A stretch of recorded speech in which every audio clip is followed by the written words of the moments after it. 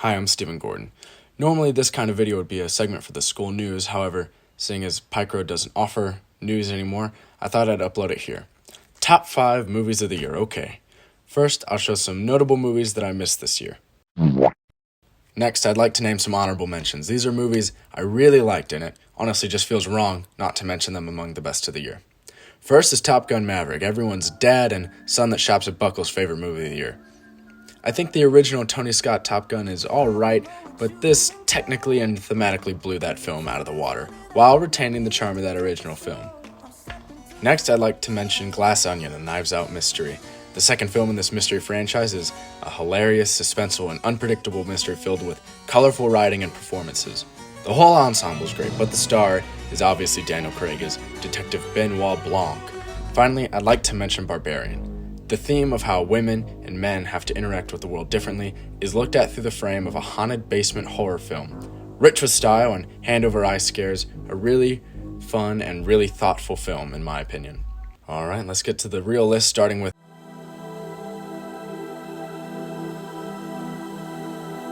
It was a really hard toss-up between this and Glass Onion, but whereas I didn't like Glass Onion quite as much as the first film, I really felt that this was an improvement on the first Avatar film. The technology finally caught up with the storytelling in James Cameron's new film. The biomes, the animals, and the Na'vi themselves all look photorealistic in this new movie. The characters are able to be filmed in tight close-ups and not lose any detail or sense of realism. The family dynamic that this film and future franchise is built on is very compelling and clearly very personal for writer-director James Cameron. Whereas the first film tested the limits of special effects, it seems this film is the limit of special effects, while never sacrificing the story. It's truly impressive how James Cameron has pushed the limits on special effects and in the process created an entirely new world where nothing seems out of place. In the fourth spot I have the latest from the world's most famous director Steven Spielberg is an extremely personal, semi-autobiographical story of a Jewish family named Fabelmans that's a placeholder for his own family. It tells stories of when he fell in love with movie making, the struggles his parents faced that eventually led to divorce, and how Steven dealt with that. People generally say that this movie is a love letter to cinema, but I think it's supposed to be broader than that.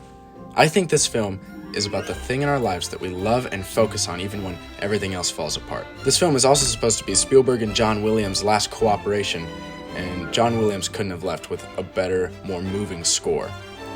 All the performances are good, but Gabriel LaBelle, who plays the stand-in for Spielberg's Sammy Fabelman, has an Oscar-worthy performance in this. Also, if this was a list for best final shots of the year, this would be first place, hands down. In third, I have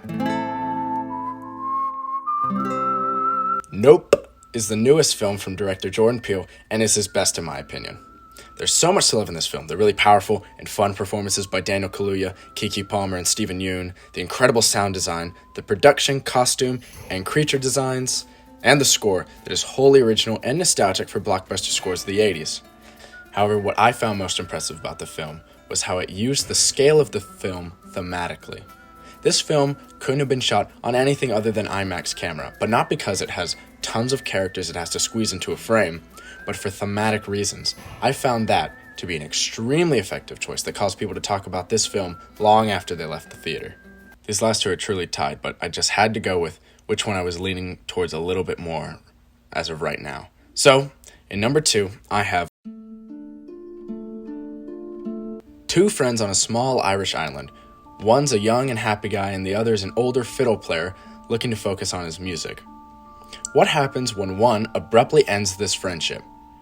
What could have been a very melodramatic film turns into a gripping film about what happens to someone who tries to put good into the world only to receive hate back, and what really matters, what we do while alive or what we leave behind when we die. This film expertly invests you in the lives of these characters so that when things take a turn for the worse, it's almost an unbelievable outcome. The beautiful cinematography is done by Ben Davis, some of the best landscape shots I have ever seen. Really wonderful writing by the writer and director of the film, Martin McDonagh, and powerful performances by the whole cast. But I'd like to put special emphasis on Barry Keoghan, who plays one of the townspeople in the film. He fully embodies his creepy character with really interesting choices. Never once does it feel like acting. It's really special to watch.